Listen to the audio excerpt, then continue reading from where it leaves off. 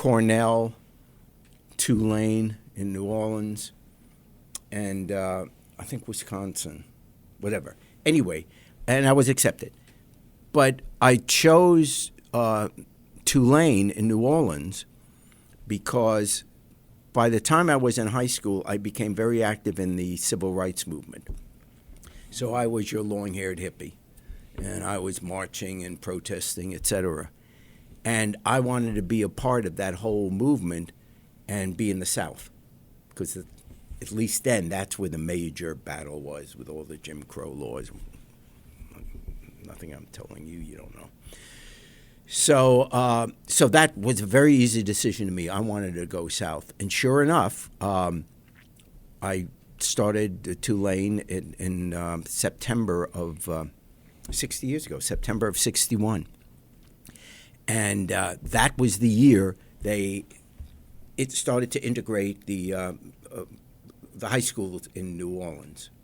And right away, down there, standing outside, protesting, I mean, because there were people protesting the integration, we were there to support the children entering the school now. So that's why I chose Tulane, and the whole thing was a great experience, not just for the politics, but Tulane was a wonderful school, but also was New Orleans. I mean, if you're going to college, you didn't have to figure out what you were going to do in the evening. Exactly. Yeah, my parents wanted to know if I was taking French, and I said, for a quarter. I went to the French quarter. Yeah. So. Yeah, first quarter I took was Jerry. The first quarter I took French. The French quarter. It's crazy, right? You know you're crazy, right? Jerry's a wild guy. Yeah, you're wild. I have a question. Who were the predominantly important figures that you looked up to in the civil rights movement at the time? Because now we had two sides of the civil rights movement, right? We had the Malcolm X side. Yes. You know too much about him. Yes, I do. Yeah. And then we had the Martin Luther King side. Yes. A lot of us, they stopped teaching. We could be honest, they stopped teaching about Malcolm X really these days. Not stop in the schools. They don't really have him in the history books as much as they teach about Malcolm X. Martin Luther King, excuse me. The school, the fights that's going on now with critical race theory, the whole concept of denying, certainly denied my generation and denying people today, black history, and basically giving us a scrubbed white version of American history, which is inaccurate. That's the problem. Beyond feeling, we're not learning what our history was about. And if we don't learn what the treatment of African Americans has been in our history, which started well before 1776, if we don't learn that, then we're not sensitized to it. And therefore it is too easy for us not to get upset if we have discrimination. If we haven't done anything about housing or health care or anything that affects minorities and way more than it affects white people. And that's why it's not just an issue of saying, oh, come on, let's be nice. It's we're not doing anything to fix our problems today because we have raised the generations of white Americans not to even know about the intensity of the mistreatment. Wow. And we just gloss over. Thomas Jefferson wrote the most important document in the civilized world for the last 500 years, clearly. But another part of Thomas Jefferson was that he talked about all men are created equal in his document, but he had slaves. He fathered children with slaves. It's and we didn't learn that, and it's unbelievable because now I go back through my high school and college history books. It's amazing how much do we learn about Reconstruction. If you go down the street and tell me about Reconstruction, what? That they think it's some laborers building a building. They're going to construct that again? I mean, there's no... And that has made us insensitive. That's the reason you wind up with a Donald Trump. Ooh, So touch the nerve. Before we get into that, so I have a question. So You wasn't cool with him? Oh, hold that. You never met him before? Oh, yeah. Hold on, Jerry. We can't be biased. I'm Mr. Bias. You can't be biased because a lot of people, when you initially met him, were you guys cool? Was he nice? Yeah. I'll tell you. I'll tell you. He was... I worked for him for a year because I was the host of the Miss Universe pageant, which he owned. And I did it in 2008, and I hosted it in Vietnam. And he's the one who hired me, and he was only nice to me.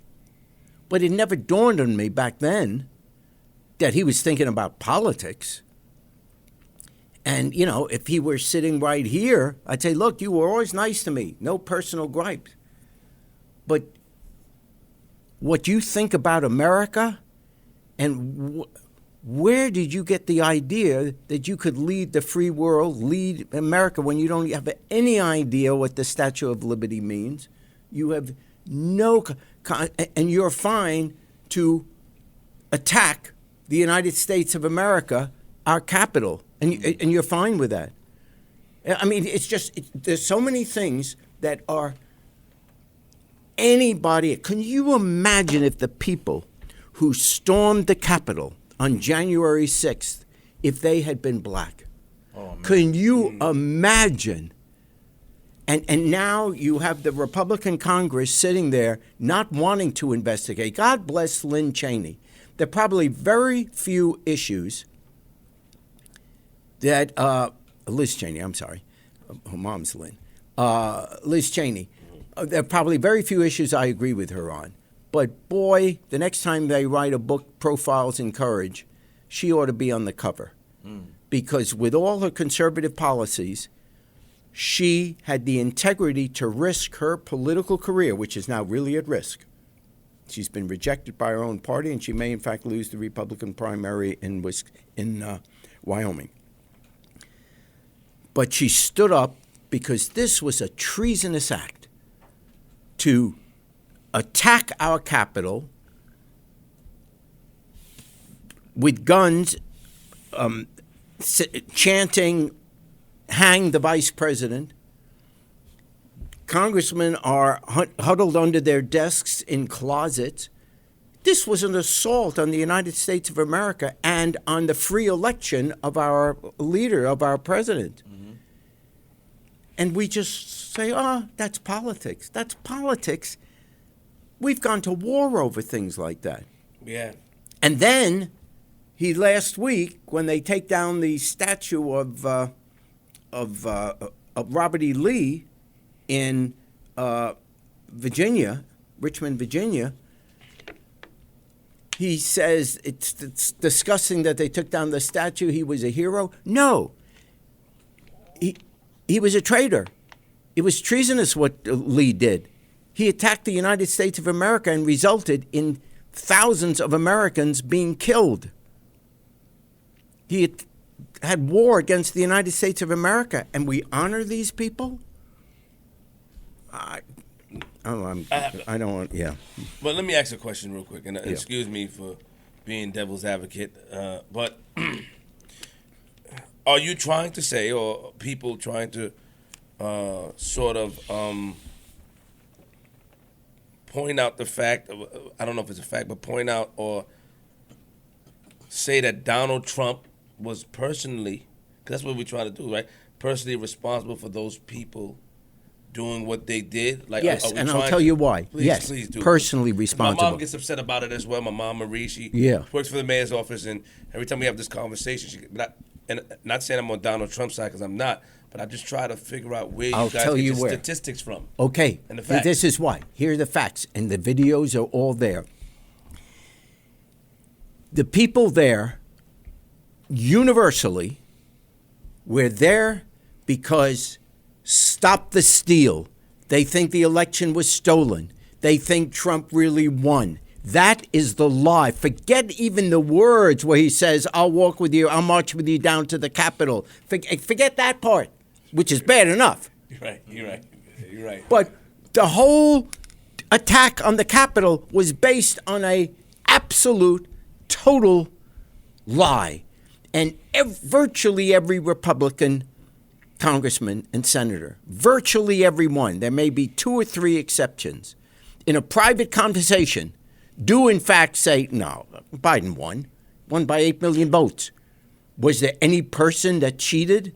Was there any individual who may have voted twice? Sure. But not 8 million people. And there's a paper ballot for every one of those machines. All of that is a total, they call it the big lie, a total fabrication. And that is what has ripped this country apart. Respect. He still hasn't conceded. If he could have, he was browbeaten in the taped phone calls trying to get the executives, the secretaries of state, the governors of a few of these states, from Arizona to Pennsylvania to the 5 states, Wisconsin, whatever, trying to get them to call the election off, call for a rerun. Just say that I really won. What proof, more proof do you need? It's clear.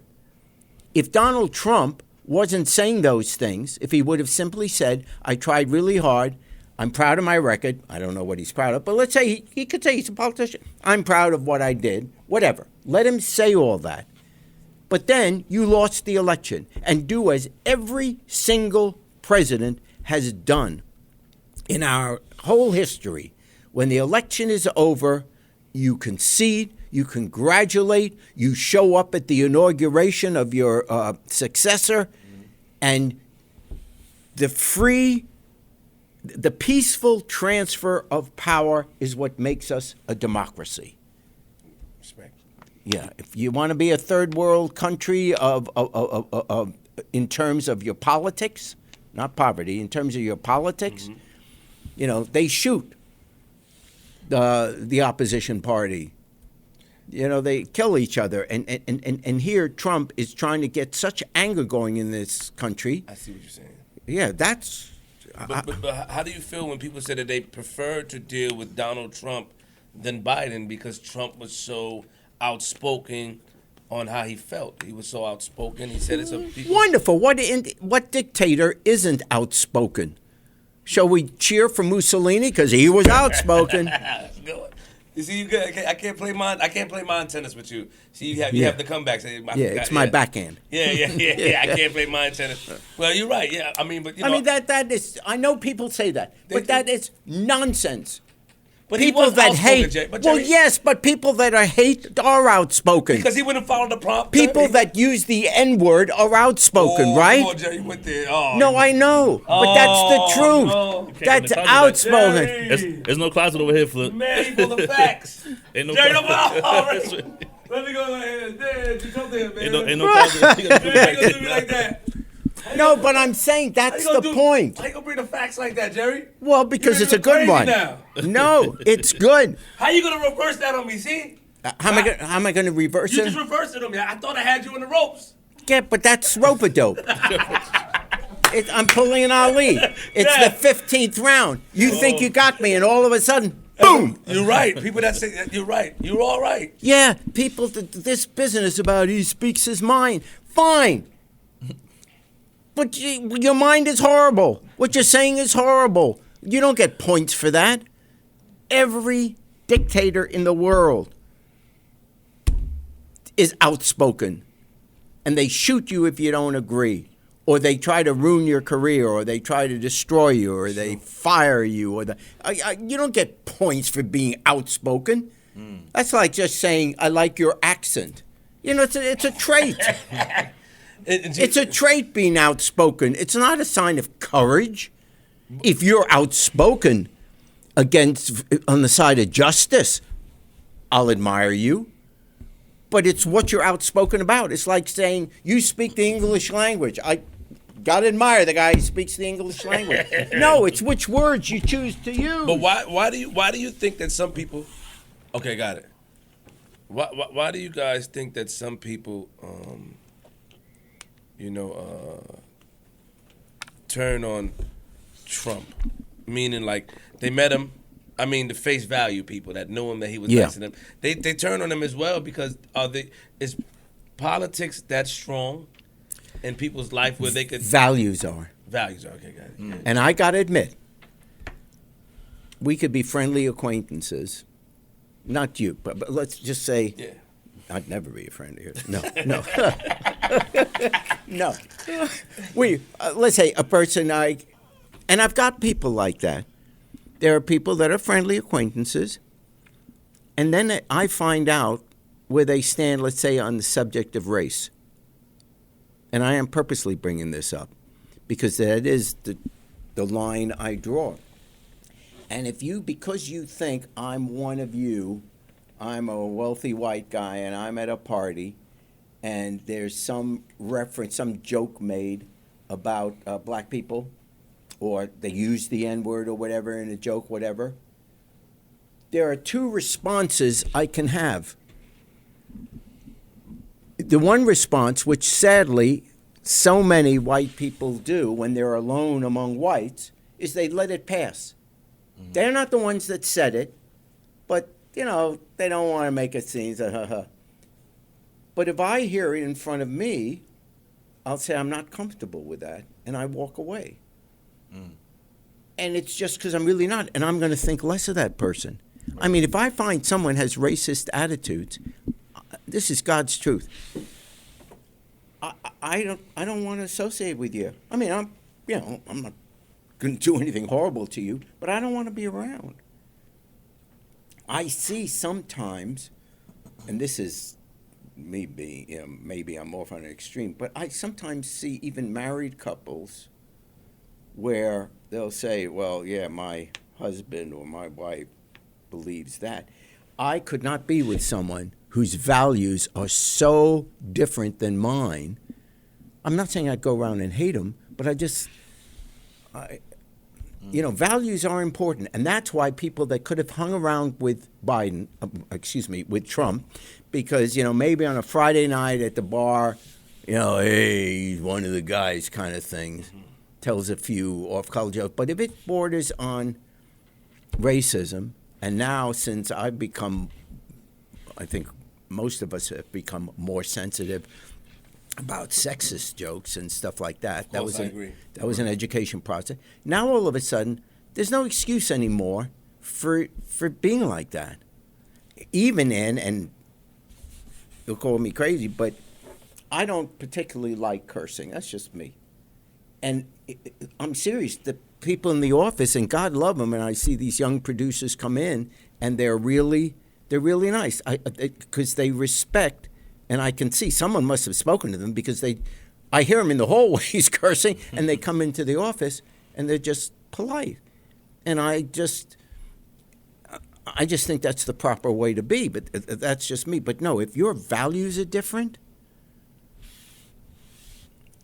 I'm not going to be mean to you. Okay. But it would certainly stop you from being my best friend.